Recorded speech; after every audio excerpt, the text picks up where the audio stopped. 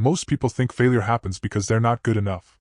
That's comforting, because it implies success is just a matter of improvement. More skill, more knowledge, more information. But that's not where most people actually fail. They fail when things start working. There's a moment almost nobody prepares for. Not the beginning, not the struggle, but the transition. The point where effort finally starts producing results. Because when nothing is happening, expectations are low. You're allowed to experiment. You're allowed to be invisible. You're allowed to be inconsistent and still feel justified. But the moment momentum appears, pressure changes. Now your actions matter. Now people might notice. Now consistency isn't optional. And that's where psychology breaks. Early on, pain feels productive. Late-stage discomfort feels threatening. Most people confuse the two. In the beginning, struggle feels like progress. Later, progress feels like exposure. Exposure to judgment. Exposure to expectation. Exposure to the possibility that if this fails now, it's not because you were learning. It's because you were tested. That's why people self-sabotage right before breakthroughs. They miss uploads. They change direction suddenly. They overcomplicate what was simple. They convince themselves they need to reset. Not because the strategy stopped working, but because their identity couldn't keep up with momentum. Here's the part nobody tells you. Your nervous system adapts to struggle. If you've spent years pushing uphill, that resistance becomes familiar. It becomes normal. It becomes safe. So when friction disappears, your brain panics. Because ease feels suspicious. You start asking the wrong questions. Is this too simple? Am I missing something? What if this stops working? Instead of executing, you hesitate. Instead of repeating, you refine. Instead of compounding, you interrupt. That's how momentum dies. Not from one big mistake, but from small interruptions disguised as intelligence. Most people don't quit outright. They slow down just enough to lose traction. And once traction is gone, motivation disappears. Then they call it burnout. But it wasn't burnout. It was fear of continuity. Because continuity removes excuses. As long as progress is inconsistent, failure is explainable. Once progress stabilizes, failure becomes personal. That's why people unconsciously return to chaos. Chaos provides cover. Here's another uncomfortable truth.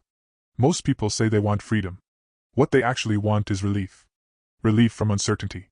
Relief from pressure. Relief from having to decide every day to show up. But freedom requires structure. And structure demands discipline. Discipline exposes character. You can hide weaknesses during bursts of motivation. You can't hide them during routine. That's why routine scares people. Posting daily isn't hard because of time. It's hard because it removes emotional excuses. You can't wait to feel inspired. You can't wait to feel confident. You can't wait to feel ready.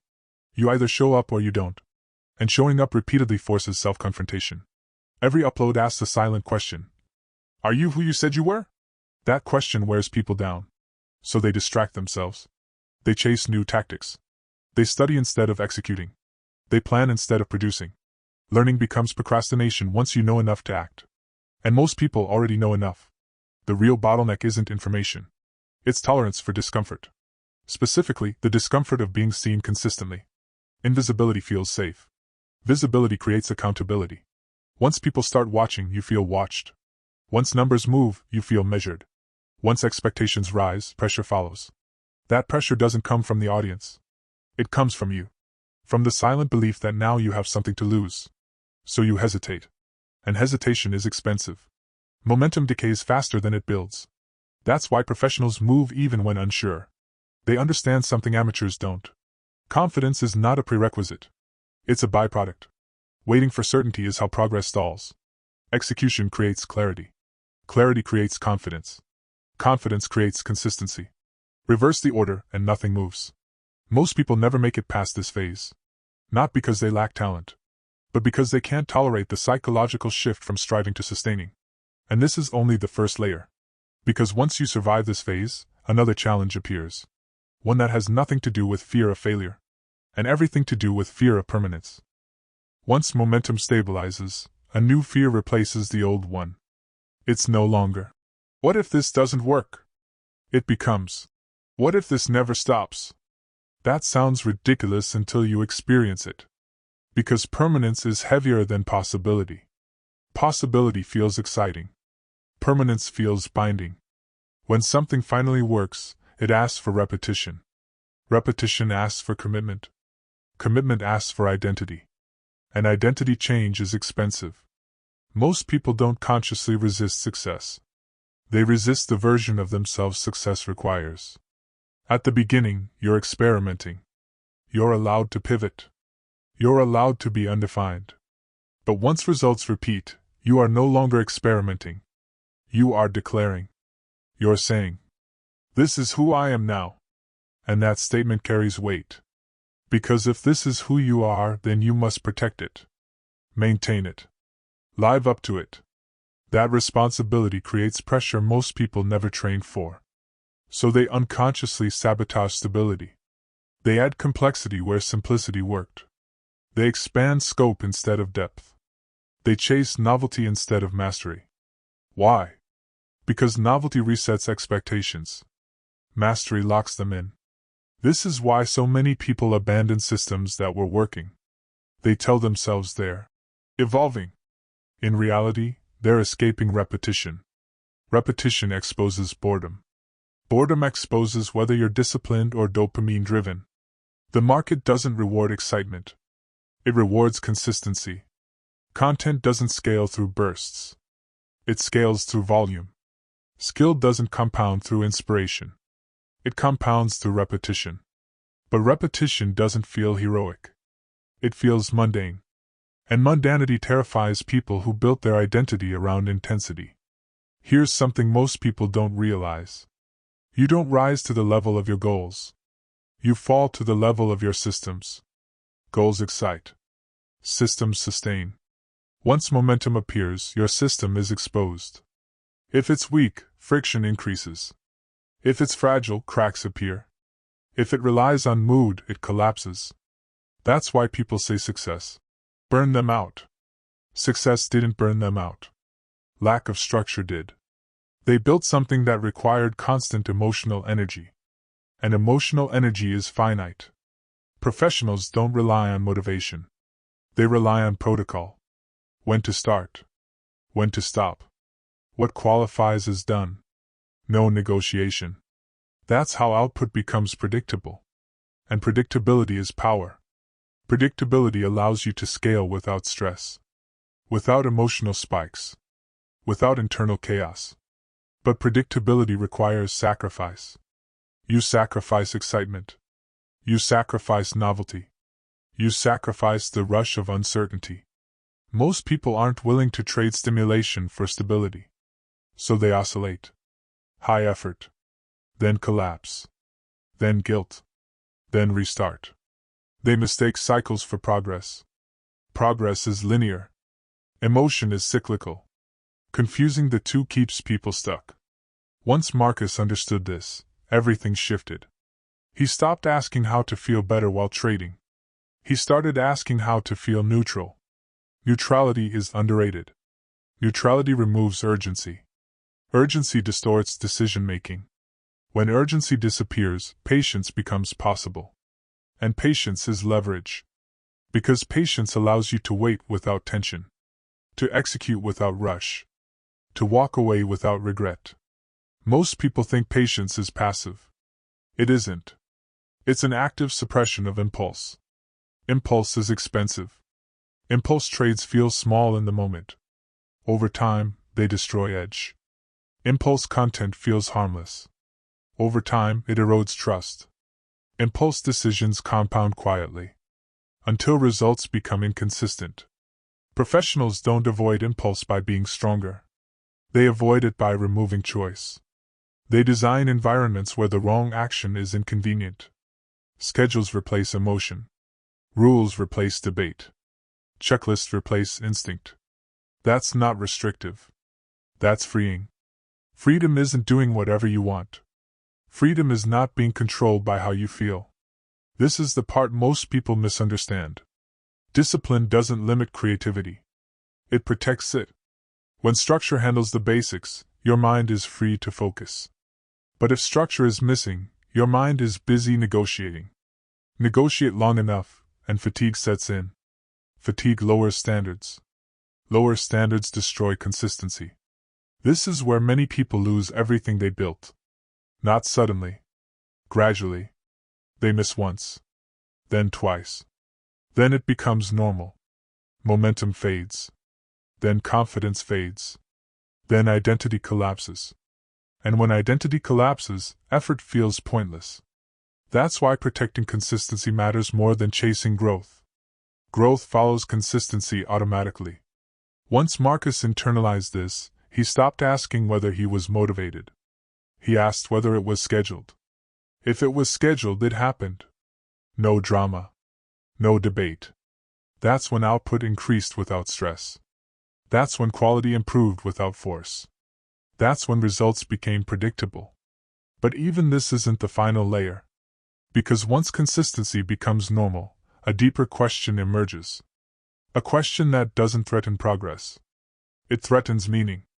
And that question is, if this works, and keeps working, what am I building toward?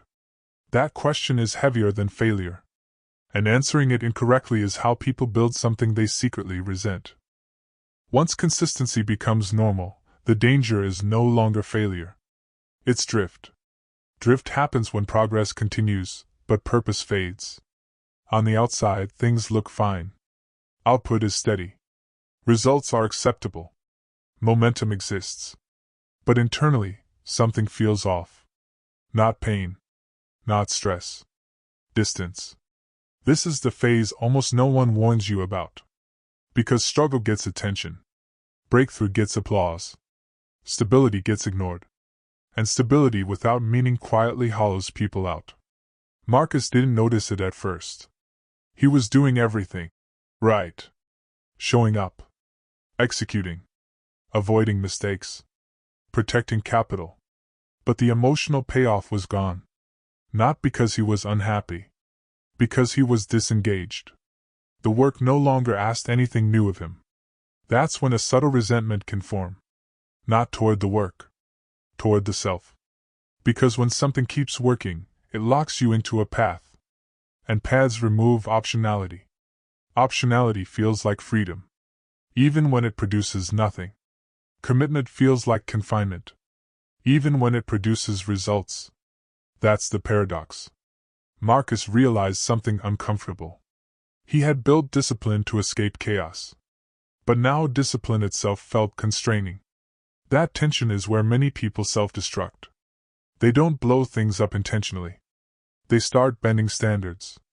Missing sessions. Cutting corners. Introducing randomness.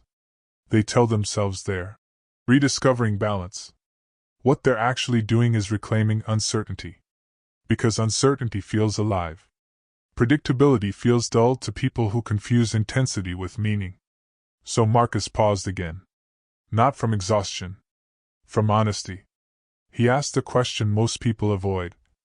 If I keep doing this for 5 years, will I respect myself more, or less? That question cuts deeper than profit. Deeper than growth. Deeper than validation.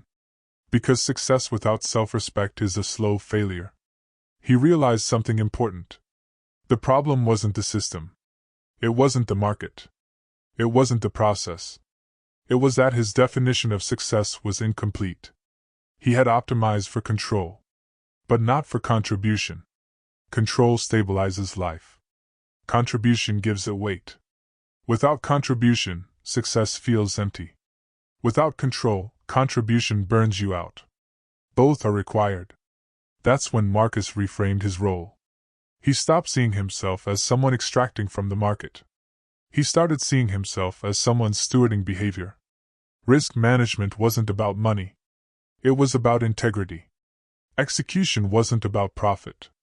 It was about alignment. Consistency wasn't about growth. It was about trust. Trust with himself. That shift changed how success felt. Wins weren't exciting. They were confirming. Losses weren't threatening. They were informative. The emotional swings flattened. But meaning increased. This is where real sustainability lives. Not in excitement. Not in grind. In alignment. Alignment between who you are and what you repeat. Most people never reach this stage because it requires letting go of ego entirely. No proving. No racing. No comparison. Just quiet competence. Marcus noticed something else. The people who last don't talk about success often. They talk about standards. They don't ask how much they made. They ask whether they showed up clean. Did I follow my rules? Did I protect my downside? Did I act in a way future me would respect? Those questions create internal stability. And internal stability creates external consistency. This is the final inversion. Profit becomes a side effect, not the objective. When profit is the objective, behavior bends. When behavior is the objective, profit follows. Marcus finally understood why so many people quit right before things stabilize. Because stabilization doesn't feel like victory. It feels like responsibility. And responsibility isn't glamorous. But it's real. That's the quiet truth no one sells. Success doesn't feel like arrival. It feels like maintenance. And maintenance isn't exciting. It's deliberate. It's boring. It's powerful. If this video resonated with you, comment one word below that describes where you are right now. Struggling, stabilizing, or sustaining. Your answer matters more than you think. This channel exists for people building something that lasts. Not fast. Not loud. But solid. More stories like this are coming. Stay disciplined.